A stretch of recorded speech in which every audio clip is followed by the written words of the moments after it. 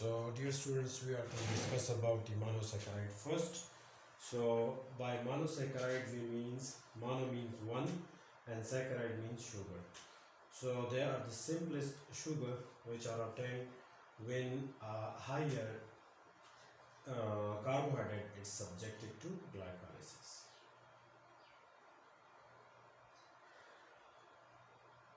Monosaccharides are subdivided into different groups depending upon the functional group they have. For example, there are aldoses, CHO function group, and ketoses, that is the carbonyl function group, that is C double bond O. Depending upon the number of carbon atoms, they possess trioses, 3 carbon, tetroses, 4 carbon, pentoses, 5 carbon, hexoses, 6 carbon, and heptoses, 7 carbon. Classification of monosaccharides. Number of carbon atoms 3, 4, 5, 6 and 7. Types of sugar.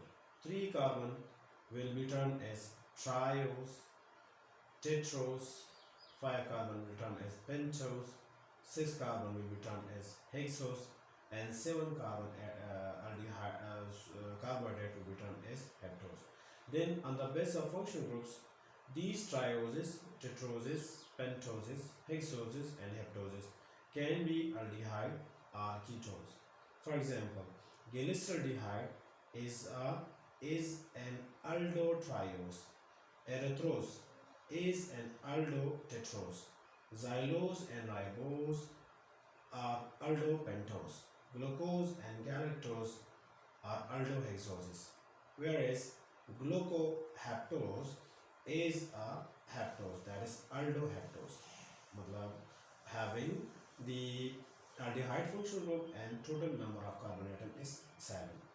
In ketosis, we are having dihydroxyacetone, which is having the functional group of ketone and the total number of carbon atom will be 3 there.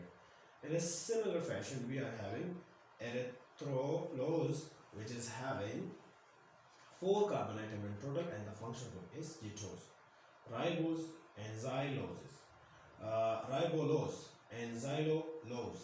Here we see a difference. Ribose and ribolose, xylose and xylulose means 5 carbon atoms in this case, 5 carbon atoms in this case, but the functional group over here is aldose, while here it is a ketone. Similarly, we have fructose, which is a ketohexose. Pseudoheptulose is an example of ketoheptose. So this is a very important table. It tells us about the function group and also the number of carbon atoms within several monosaccharides. Then if we talk about their significance, their specific examples, so we are having the trioses, glyceraldehyde, dihydroxyacetones. They are playing as roles as intermediates of glycolysis, precursor of glycerols for lipid synthesis. If we talk about the tetroses, example is D-erythrose, and it play its role as intermediate of carbohydrate metabolism. Then we have pentoses, which is D-ribose and structural element of nucleic acid, RNA and coenzymes. D-glucose, D-fructose, D-galactose and D-mannose are hexoses, and they play their role as main sugar of the body. If we talk about the D-fructose, so converted to glucose and is utilized by the body. D-galactose is synthesized in mammary glands to make the lactose of milk, and D-mannose is constituent of glycoprotein and glycolipids.